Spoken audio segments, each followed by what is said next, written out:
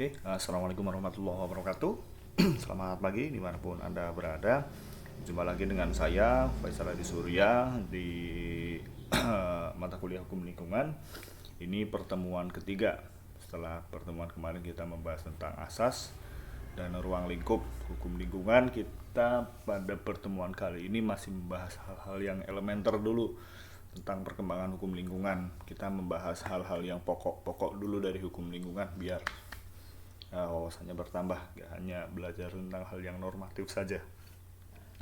Baik, perkembangan hukum lingkungan paling tidak bisa kita lihat dari tiga skala ya. Yang pertama adalah skala global, skala regional, dan kemudian skala nasional. Skala global itu skala dunia, skala regionalnya itu ASEAN ya maksudnya ya. Kemudian untuk skala nasional adalah nasional Indonesia gitu ya, skala nasional. Baik, kita mulai dulu dari skala global terlebih dahulu. Nah, hukum lingkungan tentang skala global sebenarnya tidak bisa lepas dari era Perang Dunia Kedua yang kemudian berlanjut di era Perang Dingin. Kita tahu Perang Dunia Kedua it's very horrible ya, sangat mengerikan sekali dan membuat orang sangat trauma terhadap perang. Dan kemudian waktu itu banyak deklarasi-deklarasi perdamaian dilakukan untuk menghentikan perang, dan orang Jerman sebagai orang yang kalah dalam pihak perang sangat membenci Nazi sampai sekarang. Dan itu tidak hanya kemudian menyebabkan orang banyak yang meninggal, tidak hanya korban. Kalau dihitung di Eropa hampir 11 juta dalam 4 tahun, itu lebih banyak dari virus manapun. Perang bisa membunuh orang lebih banyak. Ini dalam era 6 tahun ya, 39 itu Jerman mulai menyerang Polandia, berarti 6 tahun ya. 45 kalah dan kemudian diakhiri dengan satu bom atom, yaitu di Nagasaki dan Hiroshima, yang kemudian waktu itu membuat orang berpikir bahwa dunia berakhir kalau kemudian terjadi perang nuklir seperti ini. Nah, bom nuklir sendiri menarik. Saya ada laporannya di majalah Angkasa, saya pernah punya yang edisi khusus. Perancangannya namanya Dr. Oppenheimer ya, yang sebelumnya itu orang Jerman sendiri, yang kemudian dia Yahudi yang dibenci oleh rakyat Jerman, kemudian dia pergi ke Amerika untuk mendapatkan perlindungan. Termasuk Albert Einstein itu kan orang Jerman, cuman dia Yahudi ya, nggak dapat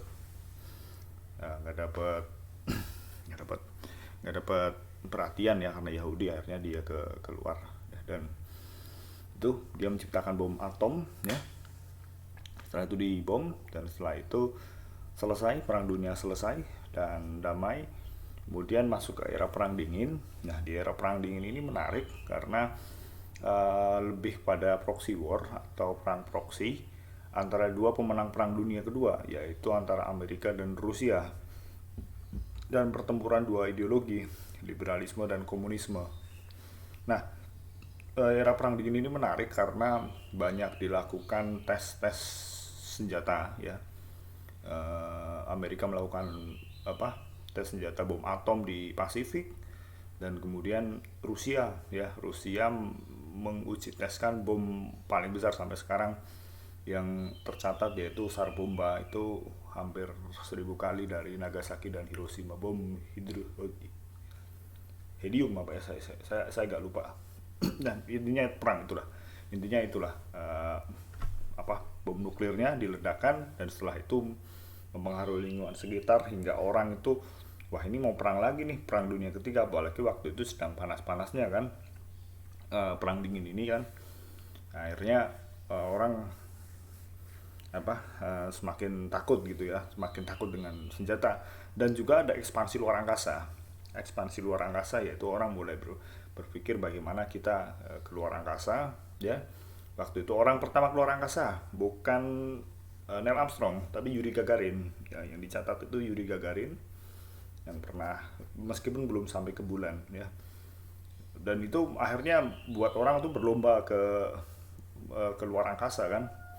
Semuanya berlomba tuh. Yang paling berlomba ya tetap itu yang Amerika dan Rusia. Keduanya terus berlomba dan itu orang mulai khawatir setelah ada nuklir, ada ekspansi luar angkasa. Nah, orang memulai para futuris-futuris ini, ada orang yang suka melihat masa depan, bukan orang punya indera keenam tapi memprediksikan masa depan kira-kira ada apa gitu. Nah, kira-kira kalau ini ya masa depan seperti ini, ada nuklir dan ada luar angkasa, bisa jadi ruang angkasa jadi senjata, bisa jadi gitu kan. Di film Iron Man itu kan, dia ngirim nuklir dari luar angkasa, itu akhirnya orang semakin khawatir gitu kan. Dan dulu pernah itu diuji cobakan senjata dari Nazi Jerman, apa senjata dari luar angkasa, coba dipraktekkan tapi gagal gitu. Percobaan-percobaannya Nazi itu gila loh, ngeri sumpah. Senjatanya itu nggak pernah terfikirkan oleh akal gitu kan. Ya makanya setelah dia diserang tentara merah, Berlin itu hampir semua kantor dibakar. Ya biar arsip-arsipnya itu nggak dimanfaatkan gitu kan. Termasuk jasadnya Hitler dibakar juga. Nah, itu kemudian membuat orang akhirnya membuat semacam kesepakatan, yaitu ini treaty banning nuclear weapons test in atmosphere, in outer space and underwater.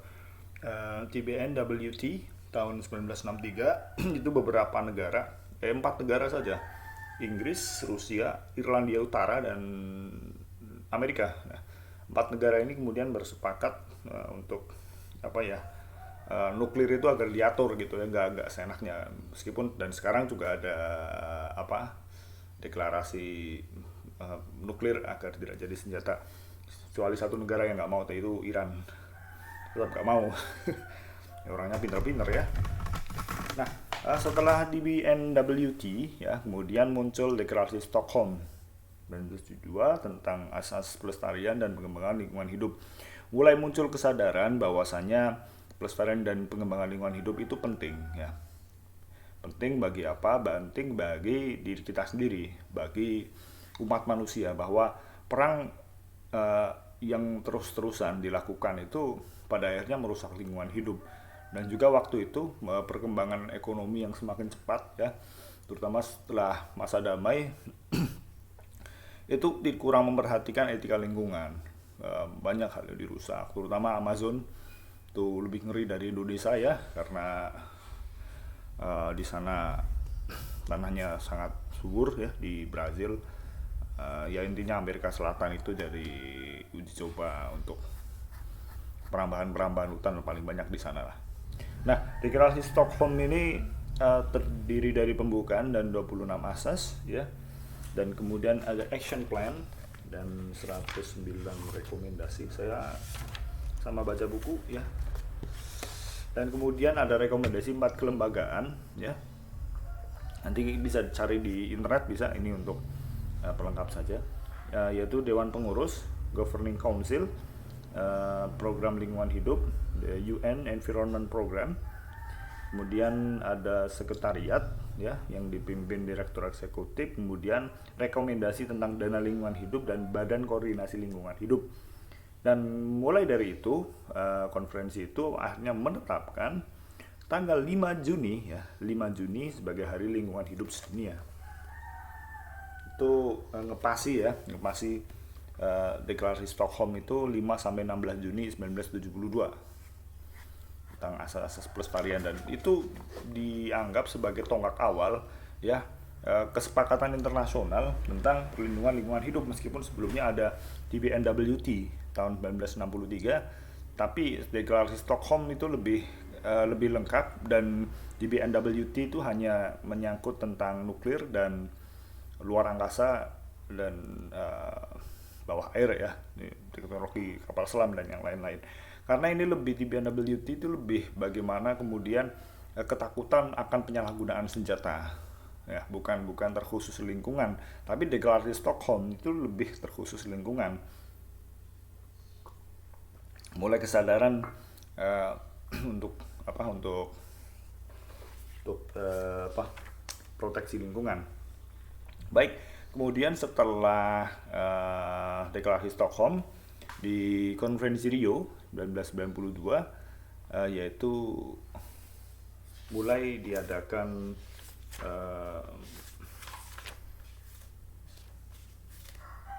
deklarasi antar negara. Itu yang mengadakan dari PBB ya, apa jadi World Commission dari Komisi Lingkungan Hidup PBB. Itu yang terdiri dari 178 utusan negara, 115 kepala negara, dan 1.400 perwakilan LSM. Dan di Rio ini kemudian hasilnya adalah deklarasi Rio di Brazil ya, tentang lingkungan hidup dan pembangunan, konvensi tentang keanekaragaman hayati, kemudian konvensi tentang perubahan iklim, dan kemudian agenda abad 21 sebenarnya, dokumen setebal 800 halaman tentang SDG, yaitu Sustainable Development Goals. Jadi sustainable, pembangunan berkelanjutan ya, pembangunan berkelanjutan emas gitu ya, yang ke depan itu seperti apa, pembangunan seperti apa. Ini bisa kalian cari di internet, banyak banget SDGs, dan kritiknya juga banyak juga. Prinsip-prinsip SDGs lebih banyak, misalnya kritiknya lebih banyak membela kepentingan pengusaha daripada kepentingan etika lingkungan hidup ya, misalnya itulah. Dan kemudian ada prinsip-prinsip pengelolaan hutan yang tidak mengikat ya. Kemudian ada pengembangan lebih lanjut mengenai instrumen hukum, desertifikasi, konvensi pencemaran laut yang bersumber dari daratan, kemudian perjanjian pembentukan komisi pembangunan berkelanjutan. Nah, ini mulai dunia mulai sadar bahwa lingkungan hidup sangat penting ya untuk SDGs, untuk pembangunan hidup berkelanjutan. Tidak bisa kita melepaskan diri dari lingkungan gitu. Kebutuhannya tetap akan ada. Seperti yang kita bahas kemarin ya, selama mungkin ya belum ada evolusi dari manusia kalau kalian menganut Darwinisme ya, selama belum ada evolusi manusia ya, selama beberapa ribu tahun ke depan kebutuhan kita akan sama. Kebutuhan biologi ya, makhluk biologi ya, seperti air, udara, tanah, lingkungan hidup yang sehat, kemudian makanan itu masih bersumber dari alam gitu. Kita tidak bisa lepas dari ketergantungan itu. Dan kemudian ketika alam banyak yang rusak, bagaimana orang 1000 tahun ke depan mau hidup gitu kan ya. Ini yang jadi pemikiran sekitar 50 tahun ke belakang ya, pemikiran tentang SDGs adalah seperti itu. Kita terlalu banyak merusak alam ya, sedangkan alam sebenarnya bukan hanya untuk kita, tapi untuk anak cucu kita ke depan. Bagaimana, bayangkan anak kita mau minum apa kalau kemudian sungainya dicemari atau tanahnya dirusak, digali, atau kemudian bagaimana kita bernafas dengan sehat ketika kita terlalu banyak membangun cerobong asap, kita menggunakan kendaraan bermotor ya, atau pencemaran udara yang lain, membakar hutan misalnya. Nah, itu jadi poin penting kenapa kemudian konferensi Rio diadakan. Oke, kemudian ada 10 prinsip hidup, sebenarnya ada 27. Dan kemudian di salah satu buku nanti saya share bukunya Prof. Takdir Ahmadi, itu dia melihat ada 10 prinsip hidup yang penting, tapi saya ngambil 3 saja yang saya pikir ini penting. Dan perlu kita pelajari. Yang pertama adalah prinsip kedaulatan dan tanggung jawab negara. Nah, prinsip ini menarik karena kemudian memberikan kesempatan kepada negara-negara untuk memanfaatkan lingkungannya, memanfaatkan sumber dayanya, selama itu tidak ya menimbulkan kerugian kepada negara lain. Jadi negara boleh, prinsip ini ya, negara boleh melakukan apapun terhadap sumber dayanya ya dengan catatan tidak merusak tentunya ya. Boleh melakukan apapun terhadap sumber dayanya asal tidak merusak hak orang lain. Tapi ini menarik sebenarnya. Karena kenapa saya bahas? Karena menarik. Misalnya gini. Misalnya kebakaran hutan sajalah. Kebakaran hutan di Kalimantan atau di Sumatera. Biasalah orang mau merambah hutan, membuka lahan, itu pasti jalan paling cepat membakar. asapnya itu kan pasti ke Singapura atau ke Malaysia. Itu orang mereka uring-uringan, orang Malaysia sering-sering marah. Ini orang Indon, ya, biasanya orang orang Indon ini bakar hutan, asapnya ke sini lah. Biasanya yang bakar hutan ya pemilik pabrik-pabrik yang mau dijadikan pemilik yang mau menanam itu biasanya sawit itu orang Malaysia sendiri. Ini kan menarik sebenarnya, ini salah siapa? Orang Malaysia menyalahkan Indonesia. Ya, orang Indonesia nggak mau salah, orang yang punya yang merintah itu orang luar, itu orang Singapura dan orang Malaysia. Nah, ini menarik karena alam itu sendiri tidak terbatas, tidak terbatas satu negara pun, tidak di ada beberapa kontur geografis yang itu tidak tidak terbatas dalam satu satu lingkup geografi. Atau misalnya Sungai Amazon itu kan melintasi tiga negara, Paraguay, Brazil dan Chile atau apa ya. Misalkan di hulunya Sungai Amazon dicemari, yang rugi siapa? Yang rugi ya tiga negara itu. Misalnya yang itu adalah di Brazil. Apakah Brazil akan dituntut oleh kedua negara tersebut? Atau misalnya Sungai Nil, ya kan, yang di Mesir itu kan, itu mengalir sepanjang Afrika kan, sepanjang Afrika semua negara-negara itu dialiri air oleh Sungai Nil. Nah, bagaimana misalnya hulunya itu dirusak? Atau kemudian gletser di Himalaya. Pernah lihat filmnya Tom Cruise yang apa? Mission Impossible yang kelima apa ya, yang mau meledakkan bom nuklir di gletser itu loh di Himalaya, itu kan mengaliri Nepal, Pakistan dan India, sungai apa itu bisa apa membuat membuat rusak kan, padahal di Himalaya di Nepal, gunung Himalaya di Nepal, dan di perbatasan Pakistan dan India ini sedang rebutan itu negara bagian apa sih kemarin yang di film Three Idiot bagus. Kemudian ada keadilan antar generasi, maksudnya adalah lingkungan hidup harus dipikirkan untuk pembangunan ke depan gitu ya. Jadi alam ini kita juga wariskan ke anak cucu kita, wariskan ke mereka yang ada di masa depan. Kemudian keadilan intergenerasi, yaitu prinsip yang memahami bahwa lingkungan hidup itu tidak hanya untuk generasi kita, tapi generasi orang lain. Ini juga berpikir secara keadilan ya, secara keadilan sosial, bahwasanya lingkungan hidup tidak hanya kemudian untuk para orang-orang yang memanfaatkan hutan saja, tapi juga dimanfaatkan untuk masyarakat sekitar atau untuk masyarakat adat, atau misalnya masyarakat adat yang punya sumber air gitu ya, bisa dimanfaatkan oleh masyarakat di luar masyarakat adat itu untuk dimanfaatkan sebagai sumber mata air, misalnya diperbolehkan misalnya seperti itu salah satu prinsipnya. Kemudian prinsip pembangunan dan perlindungan lingkungan hidup ini prinsip yang menginginkan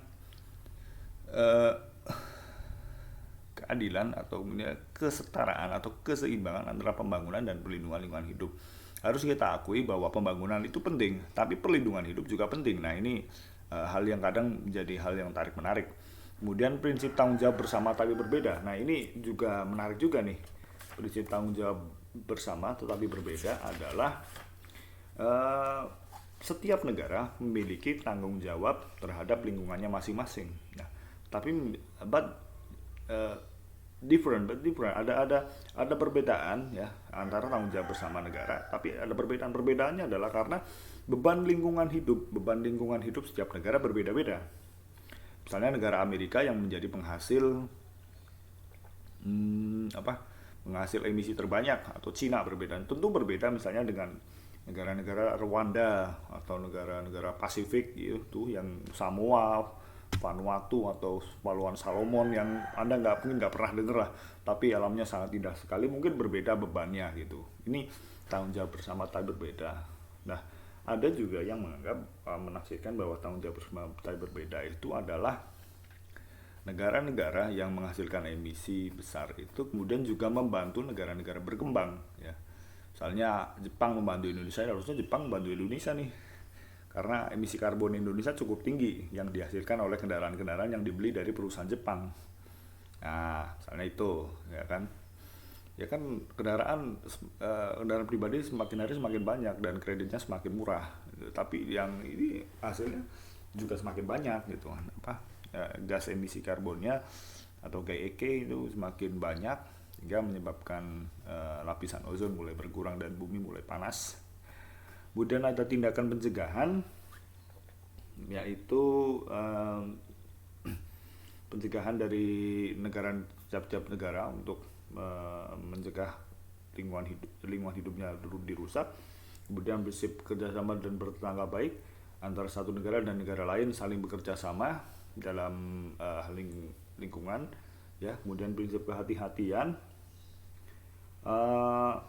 agar setiap negara bisa memperhatikan pertimbangan-pertimbangan ilmiah atau pertimbangan-pertimbangan yang efisien serta bisa setara, ya, seimbang dalam melakukan perizinan misalnya, karena tugas negara itu bisanya memberikan izin dan konsesi dan yang lain-lain dalam hal yang menyangkut lingkungan hidup. Kemudian ada prinsip pencemar membayar. Nah, prinsip pencemar membayar atau polluter pays principle ini prinsip yang menginginkan bahwasanya para pencemar itu kemudian diharapkan membayar atas apa yang mereka lakukan yang menyebabkan lingkungan hidup itu rusak. Ini menjadi dasar atau ini menjadi dasar prinsip, ya, sumber prinsip bagi kegiatan yang akan kita kenal sebagai CSR atau CSR itu social responsibility corporate atau apa ya, saya agak lupa C-nya apa, corporate social responsibility. Jadi tanggung jawab sosial, artinya setiap perusahaan, ya, memiliki tanggung jawab sosial terhadap masyarakat, entah nilainya berapapun. Nah, pencemar membayar ini adalah seharusnya, ya, usaha-usaha atau kegiatan-kegiatan yang berpotensi menyebabkan lingkungan hidup itu rusak, diharapkan mereka membayar, meskipun sebenarnya, ya, lingkungan yang rusak itu tidak bisa diuangkan. Artinya kita tidak bisa menaksir nilai kerugian ini lebih tepatnya berapa, ya kan, nggak seperti orang beli barang gitu kan, nggak, tapi istilahnya biaya perbaikan lah, bukan beli tapi biaya perbaikan, karena sangat susah. Misalnya ada air yang tercemar gitu kan, bayarnya gimana gitu, menaksir nilainya seperti apa kan susah. Yang bisa diperbaiki mungkin adalah perbaikannya gitu. Kemudian prinsip demokrasi dan peran serta masyarakat, ya, prinsip yang menginginkan bahwasanya agar setiap usaha-usaha atau kegiatan-kegiatan di lingkungan hidup harus menyertakan peran serta masyarakat, ya. Unsur demokrasi ini kan memberikan ruang bagi semua orang itu untuk berbicara, dan dalam hal ini adalah itu adalah prinsip-prinsip hidup berkelanjutan yang di dalam deklarasi Rio di Brazil. Nah, selain menghasilkan beberapa prinsip-prinsip hidup berkelanjutan, ya, terutama dengan bagaimana kemudian merawat lingkungan dan perlindungan lingkungan, deklarasi Rio ini menarik. Ada satu sisipan menarik, yaitu tentang gadis yang bernama Severn Suzuki yang berbicara tentang perlindungan lingkungan. Jadi sebelum Greta Thunberg yang kemarin saya tampilkan videonya, kita juga pernah ada Severn Suzuki yang berbicara di forum dunia yang berbicara tentang pentingnya perlindungan lingkungan hidup, ya. Baik, kita langsung nonton saja. Enternya oke, kita langsung nontonnya.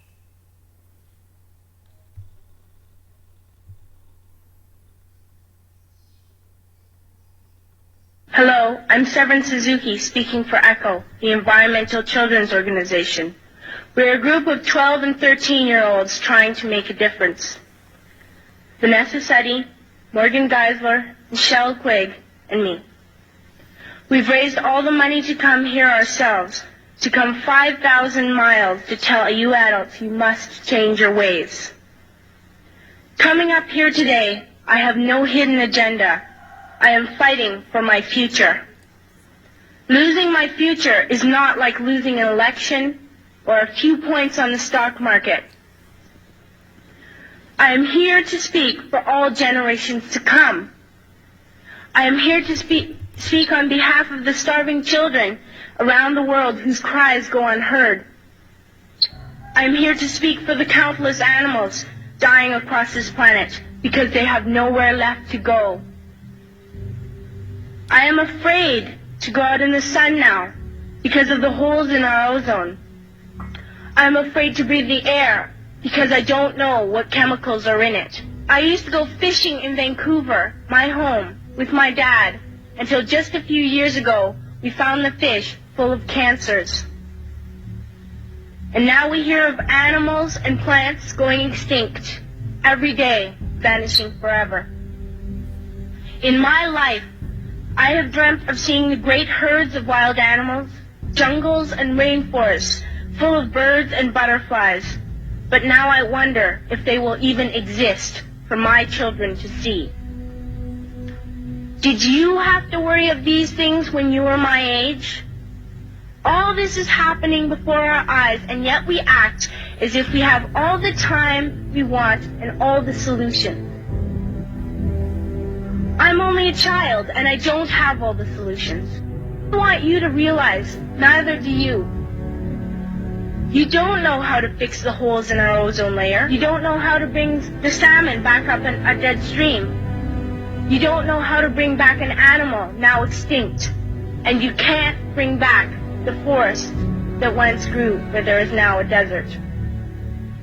If you don't know how to fix it, please stop breaking it.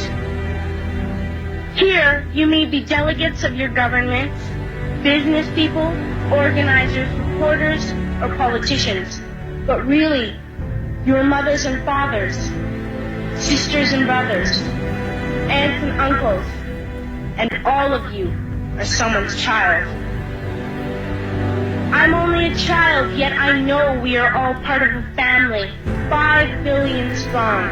In fact, 30 million species strong. And borders and governments will never change that.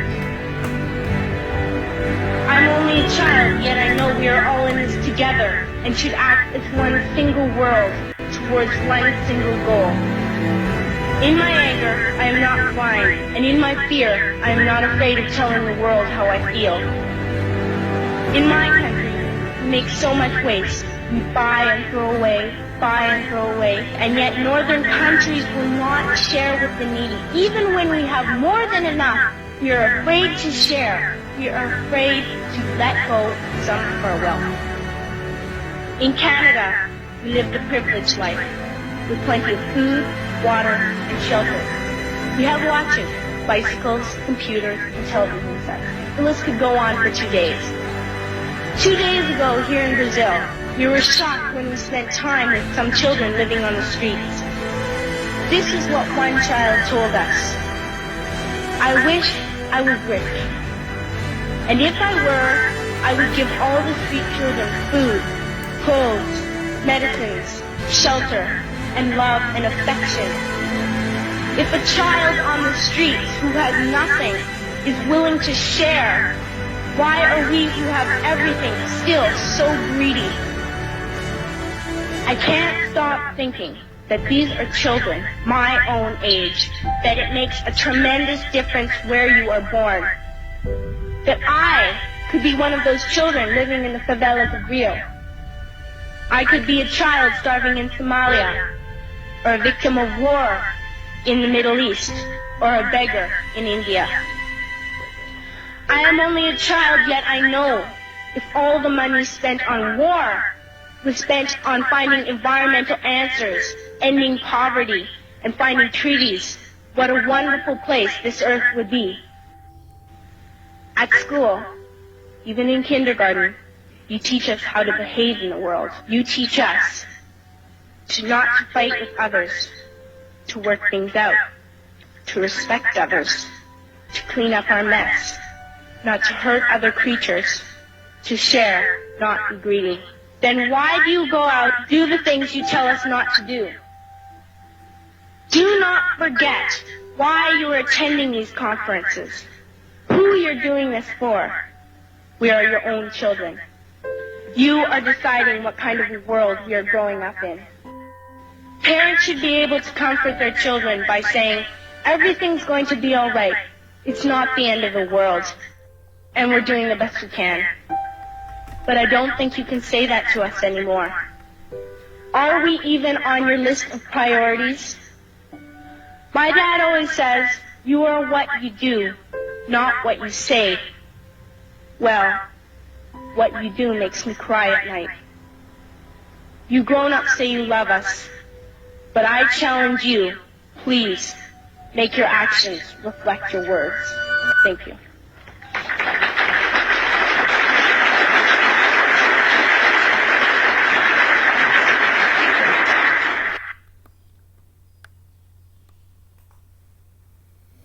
Nah, itu Stefan Suzuki ya, pidato speech-nya sangat speechless, membuat orang banyak tidak bisa berkata-kata dan membalik-balikan logika. Tapi satu kalimat yang saya ingat adalah, kalau anda nggak bisa memperbaiki apa yang anda rusak, ya jangan merusak gitu. Itu logika anak kecil ya, yang orang dewasa pun kadang nggak bisa nerima dikalahkan anak kecil.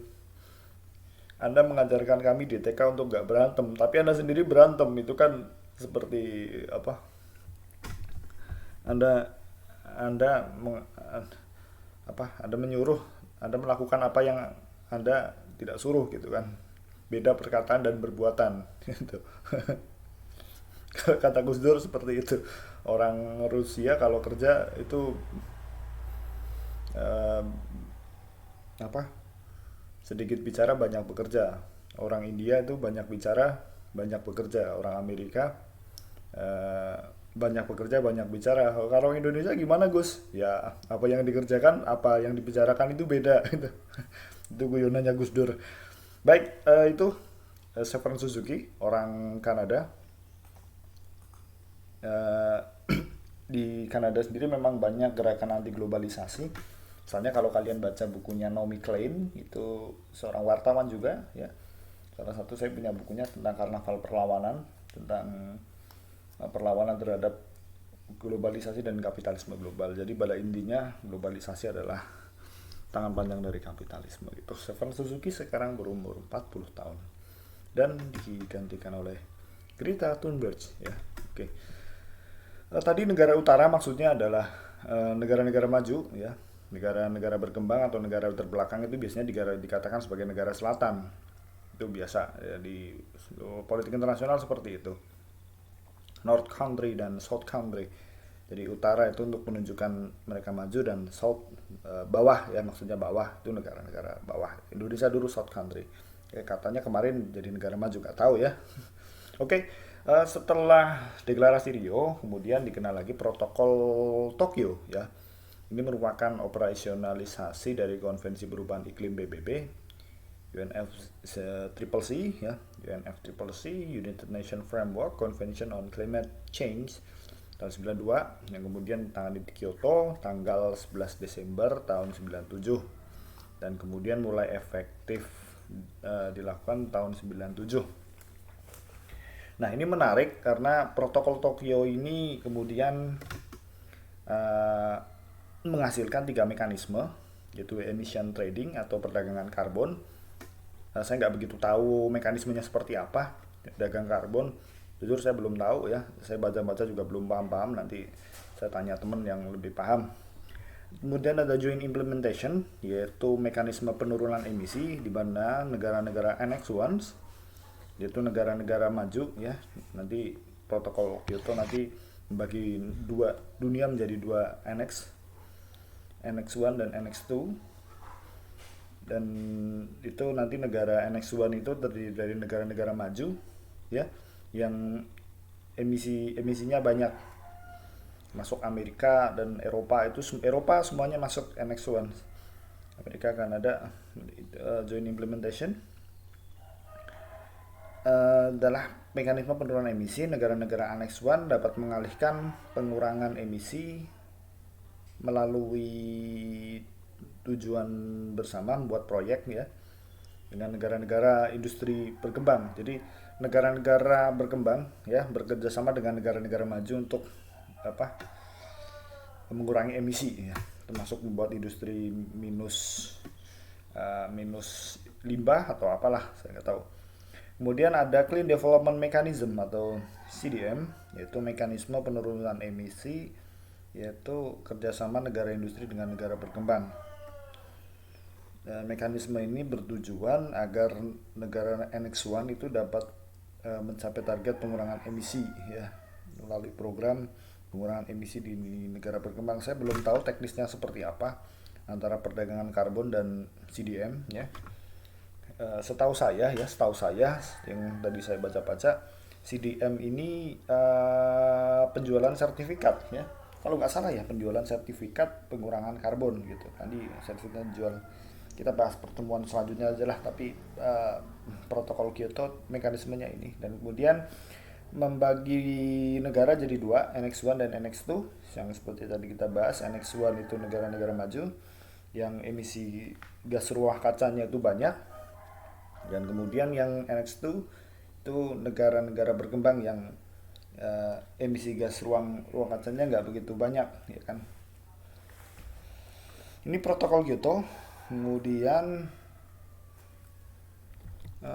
ada Paris Agreement ya tahun 2015, yaitu merupakan COP ke-21, itu Conference of Parties, yaitu jadi sebelumnya jadi saya jelaskan dulu. Jadi Komisi Perubahan Iklim PBB itu pertemuan rutin antara negara-negara ya. Antara negara-negara sudah berlangsung sampai 2015, sudah berlangsung pertemuan ke-21. COP itu apa tadi? Commission of Parties ya, Conference of Parties. Pertemuan para anggota-anggota ya dari Komisi Perubahan Iklim PBB ya, yang bersidang setiap tahun ya, atau bersidang dalam jangka waktu yang berkala, dan kemudian membahas tentang perubahan iklim ya, ada 100 berapa gitu ya, banyak. Dan kemudian dalam Paris Agreement ini tahun 2015 ada penerapan prinsip applicable for all, jadi berlaku untuk semua pihak yang diikuti oleh semua negara. Jadi nggak cuman tanda tangan. Kalau dulu ratifikasi Paris Agreement kan dulu sebagaimana konvensi internasional kan semuanya harus tanda tangan. Tapi Paris Agreement nggak menerapkan prinsip applicable for all. Semua yang ikut berlaku gitu. Semua yang ikut dalam perubahan iklim ini, konvensi perubahan iklim ini, dia otomatis mengakui gitu kan, otomatis dia mengakui itu berlaku untuk semua pihak gitu kan, tanpa harus itu. Dan cepat juga pengakuannya ya. Tujuannya adalah menurunkan emisi hingga tahun 2030 agar tidak lebih dari 2 derajat Celcius dan mempertahankan rata-rata 1,5 derajat Celcius suhu bumi. Jadi memang menginginkan agar lapisan ozon itu tidak rusak dari efek gas rumah kaca ya, termasuk utamanya karbon dioksida yang menyebabkan ozon rusak, sehingga ozon rusak itu menyebabkan sinar matahari langsung masuk ke bumi ya, timbul radiasi, sehingga menyebabkan bumi lebih panas. Kan bumi lebih panas, gletsernya banyak mencair ya, sehingga otomatis permukaan air laut naik gitu kan, permukaan air laut naik sehingga bisa daratan menjadi semakin sedikit, sedangkan manusia tumbuh semakin banyak.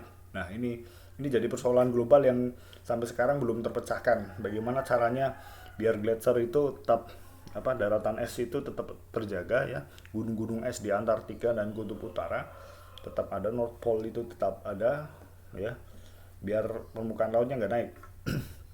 Dan kemudian 4 Oktober 2016 62 negara ratifikasi kesepakatan Paris dengan total emisi 51,89% dari 55% yang dibutuhkan.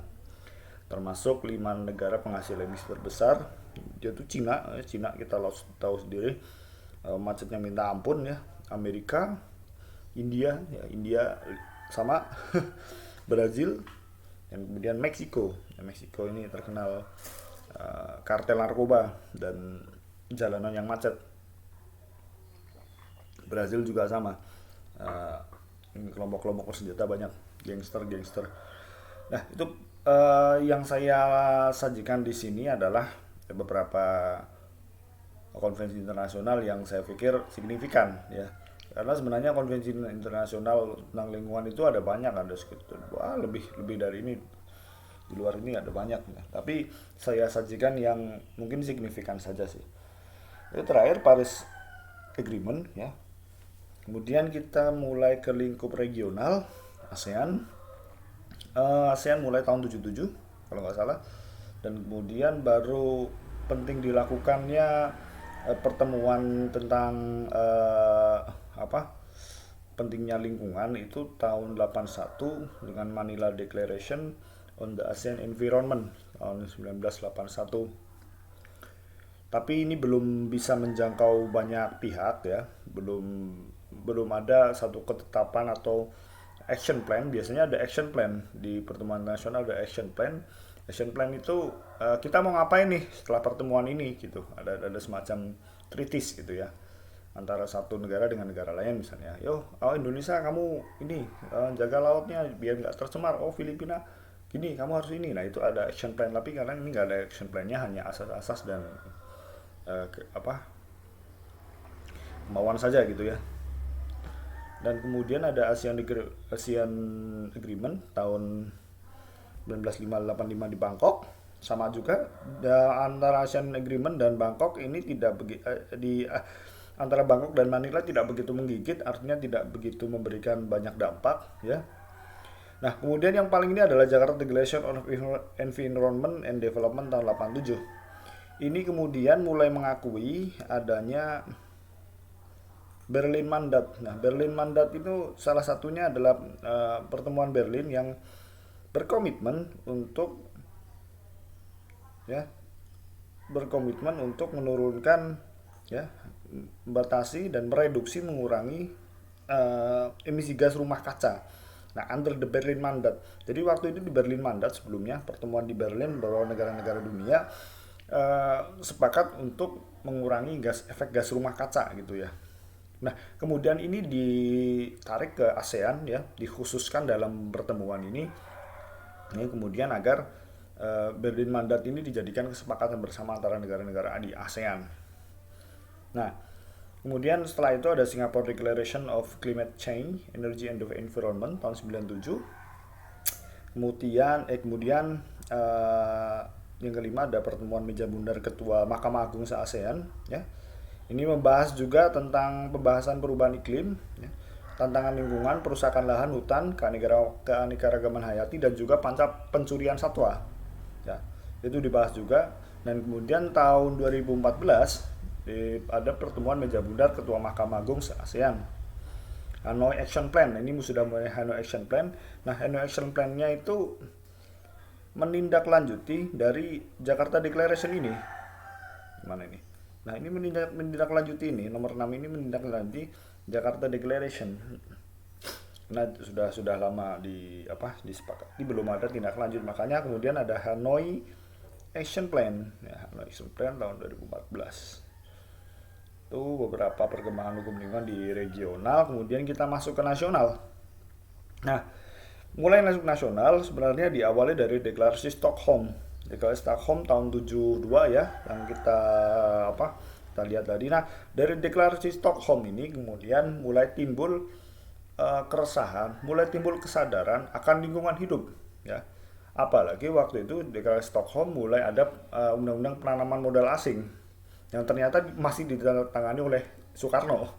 Ya memang setelah itu pelaksanaannya oleh Pak Harto, tapi penandatangannya Pak Soekarno. Itu kemudian muncul investasi-investasi dari luar masuk, dan kemudian mulai merasakan bahwasanya investasi dan bisnis perkembangan teknologi banyak merusak lingkungan, sehingga diadakan beberapa seminar-seminar ya, yang kemudian pada tahun 82 keluar pertama Undang-Undang Lingkungan Hidup 1982. Ini menjadi salah satu undang-undang tentang lingkungan hidup yang pertama di Indonesia tahun 80. Jadi 30 tahun kita dari merdeka, sejak merdeka, undang-undang tentang lingkungan baru dipikirkan 30 tahun kemudian. Jadi kesadaran kita untuk perlindungan lingkungan itu belum tumbuh banget gitu, belum tumbuh mungkin waktu itu pertumbuhan ekonomi atau politik lebih penting daripada lingkungan hidup, dan alamnya belum banyak dirusak ya. Tahun 82 itu Indonesia kena ini loh, oil booming ya. Jadi saya pernah baca di bukunya Richard Robinson tentang Orde Baru.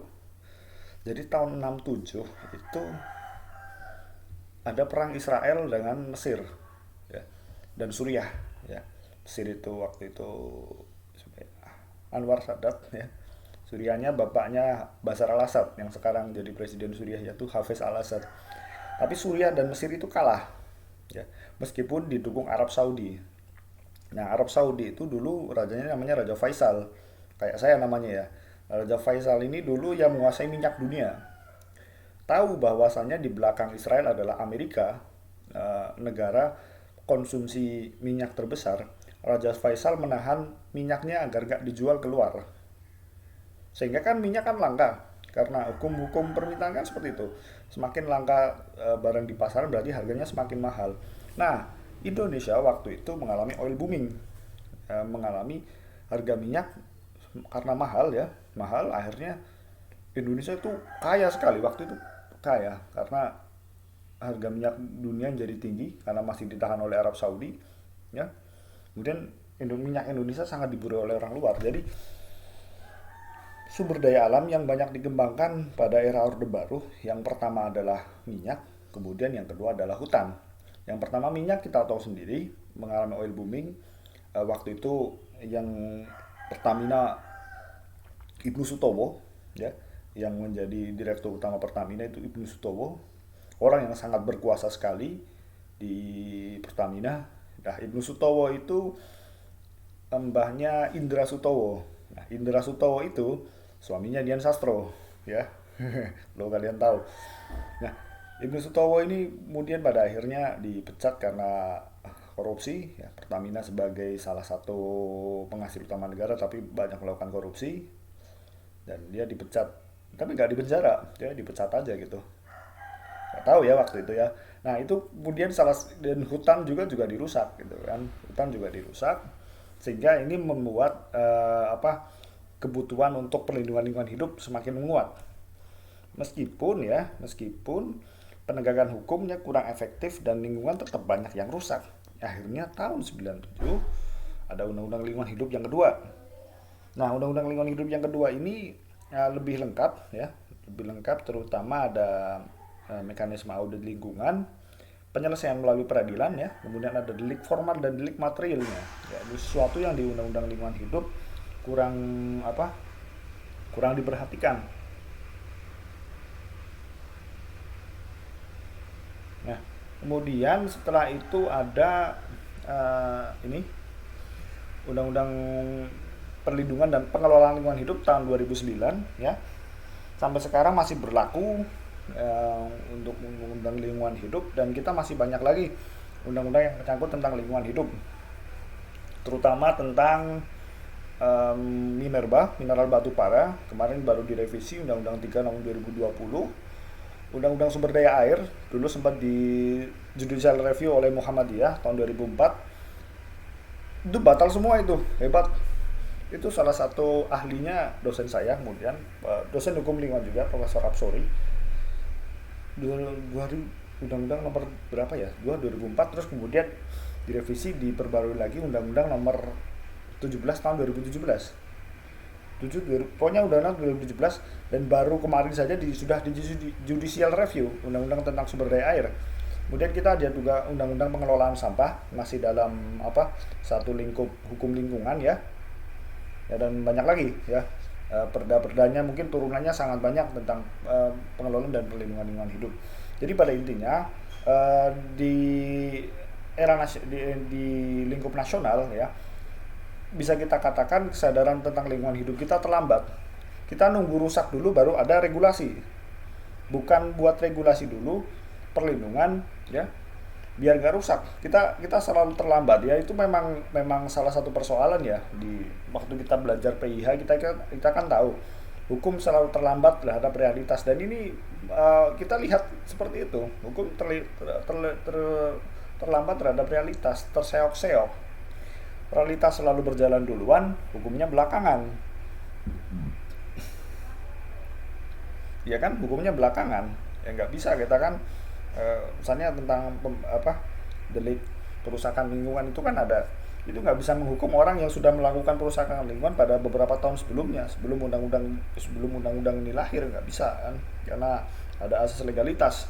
Nah itu kesadaran tentang hukum kita terhadap lingkungan itu rendah, dan ya ada beberapa hal yang di judicial review juga. Oh ya, undang-undang kehutanan juga sama, undang-undang nomor 41 tahun 99 tentang kehutanan itu juga mengatur tentang ya saya pikir satu rumpun tentang lingkungan dah, karena lingkungan kan apa lingkupnya sangat luas. Itu di lingkup nasional. Kemudian kita belajar juga tentang peranan hukum lingkungan. Untuk apa hukum lingkungan ada? Nah, sebelumnya kita harus menyadari bahwasanya hukum lingkungan yang pernah kita bahas sebelumnya ada unsur perdata dan unsur HTM-nya. Nah, unsur HTM ini ada unsur publik. Ini semuanya unsur publik lah, nggak kayak ketenagakerjaan itu kan ada unsur publik dan ada unsur privat. Dan sekarang untuk hukum lingkungan itu murni unsur publik. Unsur publiknya adalah peran di bidang HTN ya, terutama peran negara, dan kemudian HAN, bagaimana negara memberikan tugas-tugas administrasinya untuk mengurusi dan membuat warganya sejahtera, dan hukum pidana sebagai ultimum remedium ya, sebagai upaya terakhir untuk menghukum para pelaku perusak lingkungan. Nah, itu administrasi. Nanti kita akan sebenarnya untuk hukum lingkungan teknisnya kita akan lebih banyak belajar tentang perizinan ya, karena izin ini pada intinya perizinan memperbolehkan seseorang untuk melakukan sesuatu sesuai peraturan perundang-undangan. Itu ada izin, nanti kita belajar tentang itu dulu. Nah, peranan hukum lingkungan yang pertama adalah memberikan efek kepada kebijakan-kebijakan yang dirumuskan dalam mendukung konsep pembangunan berkelanjutan. Nah, artinya hukum lingkungan ini efeknya maksudnya adalah untuk agar konsep pembangunan berkelanjutan itu tetap memperhatikan peranan hukum lingkungan. Ya. Kemudian yang kedua, sebagai sarana penataan melalui penerapan sanksi. Nah, kalau ada sanksi, kemudian hukum lingkungannya adalah lebih efektif gitu kan, karena ada ancaman. Beda dengan ketiadaan ancaman. Misalnya perusakan hutan kemudian tidak ada sanksi atau ancaman dalam pidana, ya orang santai-santai saja, hanya dilarang atau kemudian hanya diberikan tindakan administrasi, itu seperti itu. Dan kemudian yang ketiga adalah memberikan panduan kepada masyarakat tentang tindakan-tindakan yang ditempuh untuk melindungi hak dan kewajibannya. Nah, ini penting yang ketiga, yaitu panduan pada masyarakat tentang tindakan-tindakan apa saja ya.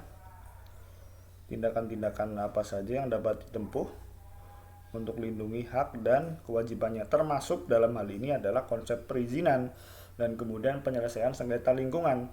Tentang perizinan, misalnya perizinan itu kan biasanya berurusan dengan bisnis ya.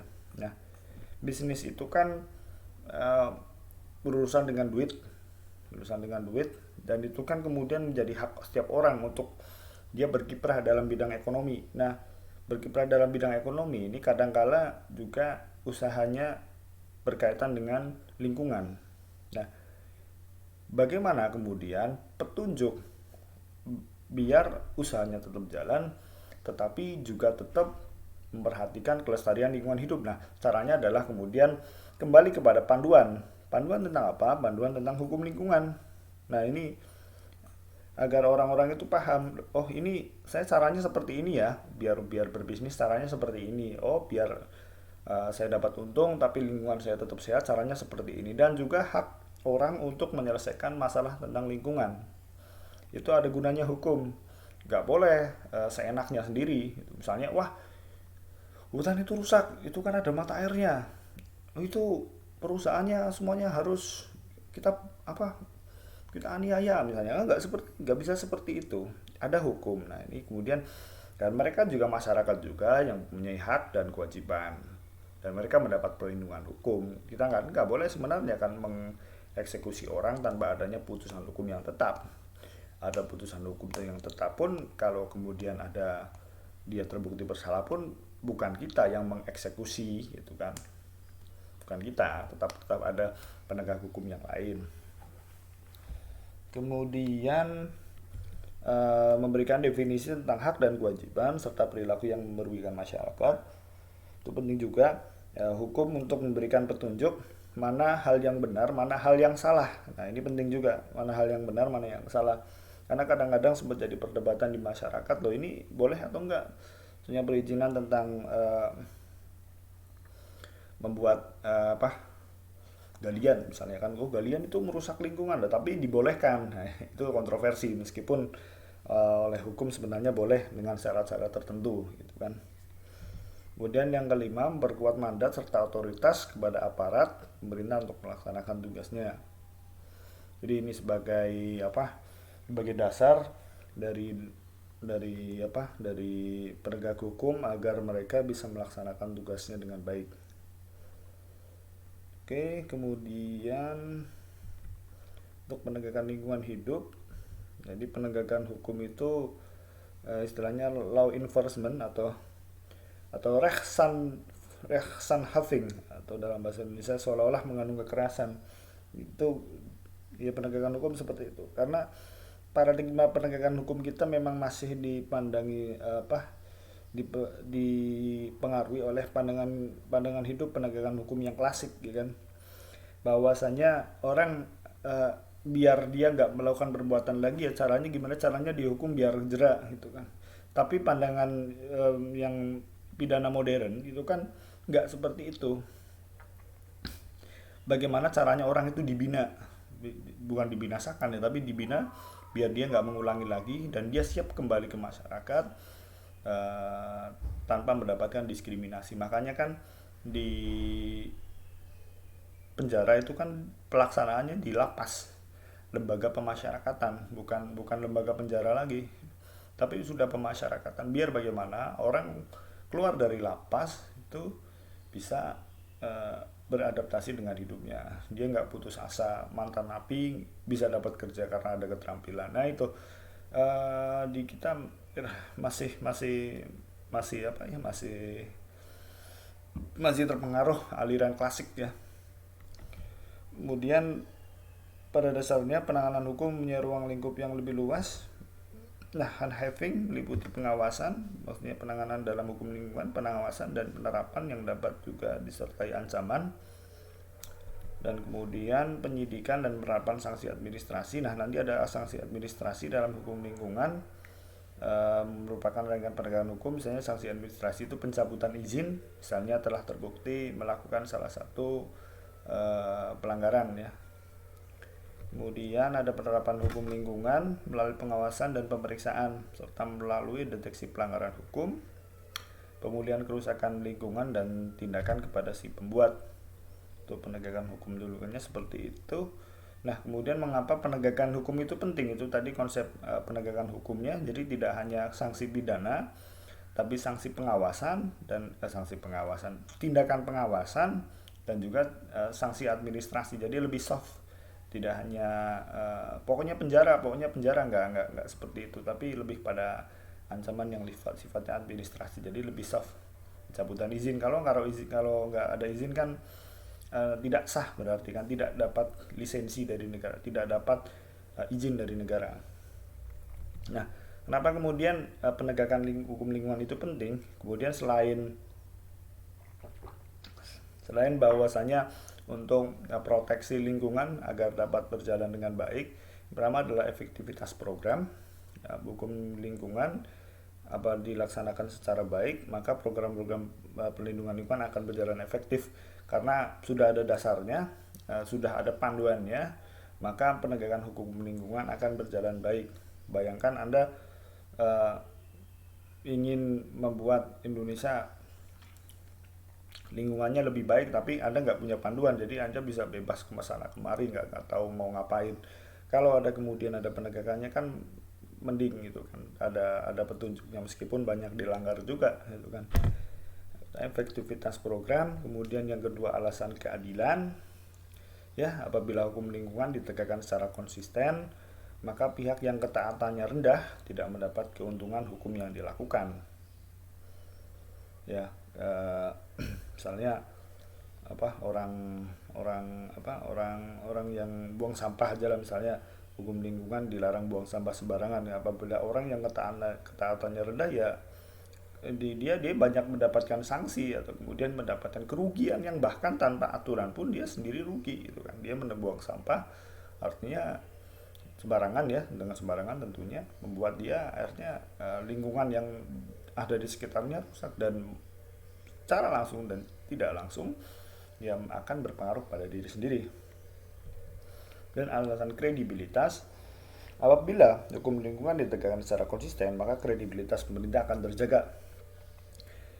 Alasannya sebenarnya gampang sih. Kenapa kemudian hukum lingkungan itu pengen ditegakkan? Kalau konsisten, maka pemerintah akan kredibel. Kredibel itu ya artinya pemerintah to able lah, bisa melakukannya, termasuk juga dalam urusan bisnis gitu kan. Nah, salah satu alasan orang mau nanam modal atau investasi adalah adanya keamanan atau adanya jaminan bahwasanya lingkungan tempat dia menanam modal itu tidak banyak aturan-aturan yang menyebabkan modalnya terganggu. Misalnya seperti ini, misalnya ya, Anda investor asing, Anda mau nanam modal di negara yang penegakan hukumnya kacau, ya, termasuk dalam lingkungan ini. Anda mau nanam modal di satu daerah yang tiap hari preman lewat, jatah pungutannya lebih banyak daripada pajak yang asli. Kira-kira Anda mau nanam modal nggak di situ? Kan nggak. Nah, sebenarnya ya, kalau investor mau masuk, penegakan hukumnya dibenahi terlebih dahulu. Seperti tidak ada pungutan liar, tidak ada pungutan-pungutan tidak resmi, atau kemudian pengeluaran-pengeluaran yang sebenarnya itu tidak masuk dalam kas perusahaan. Seharusnya yang tidak perlu itu, tapi di Indonesia kan banyak, termasuk dalam hukum lingkungan ini. Misalnya perizinan bisa ditawar, ya kan? Ini sebenarnya ya menyebabkan ya orang investor jadi malas masuk, ya karena pemerintahnya nggak kredibel, ya kan? Kalau banyak sogokan, sebenarnya ya bisnis itu lebih suka yang fair daripada yang tidak fair, ya kan? Apalagi orang-orang barat yang sangat menjunjung tinggi profesionalitas, mereka sangat nggak menyukai hal-hal semacam itu. Nah, di sekitar itu masih banyak. Nah, apalagi di hukum lingkungan, ketika mereka bisa main belakang, ya, terutama ketika mereka melanggar satu tindakan tertentu ya dalam undang-undang lingkungan, bisa diselesaikan lewat jalur non formal, ya kan. Itu akhirnya kan menyebabkan penegakan hukum kan nggak berlaku, sehingga investor malas masuk. Ini menjadikan ya sebenarnya ya seperti ini, semakin lingkungan rusak dan hukum tidak bisa ditegakkan, semakin investor malas, ya, semakin investor atau semakin uang itu malas masuk. Beda misalnya lingkungan semakin bersih, penegakan hukumnya baik, ya orang pasti akan nanam uang banyak di situ karena uangnya pasti aman. Beda misalnya dengan atmosfer korupsi yang sangat tinggi, orang akan males. Uang saya nggak ada jaminan aman gitu kan. Kalau resiko-resiko yang lain lah bisa lah, misalnya bencana alam dan yang lain-lain bisa dimaklumi lah. Tapi kalau untuk penegakan hukum kan enggak. Ini karena ini faktor sumber daya manusia yang sebenarnya bisa diperbaiki. Cuman karena memang nggak ada kemauan dan kemudian tidak ada perbaikan yang signifikan, ya investor malas masuk. Saya pikir seperti itu di Indonesia yang terjadi, bukan karena investor malas melirik, tapi karena memang kita kurang fair dalam menjalankan aturan. Kita kurang fair, yaitu kritik saya sih. Ya, alasan yang keempat, efisiensi program lah. Balik hukum dilakukan secara konsisten, tidak akan timbul kerusakan hukum yang secara potensial menjadi beban ekonomi bagi masyarakat, industri, dan negara. Nah, ini saling berkaitan tentang efisiensi program, ya kan? Anda pikir kalau kerusakan lingkungan hidup terjadi itu tidak jadi beban ekonomi? Jadi beban ekonomi, ya kan? Misalnya tentang air saja yang biasa orang ngambil air melalui sumber airnya rusak, dia kan harus beli, di luar, atau kemudian dia harus atau membuat sumur lagi, ya, atau membuat apa ya yang itu akhirnya membuat membuat beban ekonomi tersendiri. Kalau seperti itu, yang diuntungkan siapa? Diuntungkan adalah segelintir orang saja, nggak banyak. Kalau yang diuntungkan hanya segelintir orang, itu kan menunjukkan bahwa kita menjalankan aturan itu kan nggak fair, ya kan? Negara kan sebenarnya kan hanya wasit saja kan, hanya wasit, eh, hanya wasit. Kalau ada salah ya disemprit gitu, oh kamu salah gitu, oh kamu benar silakan lanjut, itu bukan kesalahan ya misalnya seperti itu. Tapi ya wasitnya berat sebelah, kan orang males main. Sekalipun Lionel Messi atau Ronaldo jadi satu tim, itu lawan tim Tarkam tapi wasitnya berat sebelah, ya males gitu kan. Begitu juga investor-investor gede mau masuk ke Indonesia, aturannya bener tapi wasitnya kayak gitu ya, penerapannya ugal-ugalan gitu kan, penerapannya nggak bener, ya orang males juga. Termasuk dalam hukum lingkungan, kerusakan-kerusakan itu kan sebenarnya hanya menguntungkan beberapa segelintir perusahaan aja lah, perusahaan lokal yang sebenarnya banyak merusak, perusahaan lokal dan perusahaan-perusahaan orang-orang Asia. Kalau orang-orang Eropa saya lihat beberapa mereka memang fair lah, setahu saya mereka memang fair, ya rusak ya bayar aja, atau saya siap menerima resikonya gitu, mereka sangat menjaga standar gitu kan. Nah kita kan nggak, orangnya suka nego. Nggak bisa, nggak usah lah segitu pak, segini aja nggak apa-apa, saya mampunya segini pak gitu kan. Ya kehebatan orang kita itu pinter nego gitu, pinter nego dan gampang dinego, jadi ya membuat penegakan hukum kita itu nggak bener-bener banget gitu kan, sehingga menyebabkan aturannya nggak fair, meskipun sebenarnya pasar pasar kita itu pasar yang potensial gitu kan. Perekonomian kita itu potensial, kita sangat bisa untuk menyerap berbagai macam produk ya, mau yang dari mahal, paling mahal, mau sampai paling murahan sekalipun kita pasti beli, bisa bisa banget. Sultannya banyak ya, orang yang gak mampu juga banyak, sehingga pasarnya sangat konsisten. Tapi sekali lagi seperti itu, aturan yang kita, yang terutama dalam penegakan hukum yang seperti kita bahas tadi, kurang banyak memberikan fair gitu ya. Kita sering memihak penegakan hukum pada orang yang punya duit, punya jabatan gitu kan. Putusan masih banyak yang bias kepentingan gitu kan, masih berat sebelah, sehingga menyebabkan penegakan hukum lingkungan nggak berjalan baik. Meskipun sebenarnya materinya sangat baik, sangat baik. Misalnya undang-undang apa ya, undang-undang minerba itu cukup baik sih bagi saya lah. Yang kemarin 2009, eh, naskah akademiknya 500 halaman kan, berarti itu dikerjakan dengan sungguh-sungguh. Meskipun banyak celah, tapi saya pikir baik. Hukum lingkungan ini juga cukup berjalan baik, tapi kita tidak bisa menjamin tentang penegakan hukum lingkungan yang baik pula.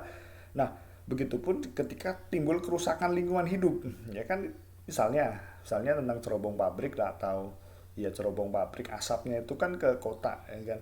Anda lihat di IQR aja lah, tentang kualitas udara di seluruh dunia, Jakarta paling jelek. Termasuk lingkaran kota-kota di Jakarta paling jelek karena banyak kendaraan, ya, banyak pabrik, ya, sehingga menyebabkan kualitas di sana sangat tidak sehat untuk orang.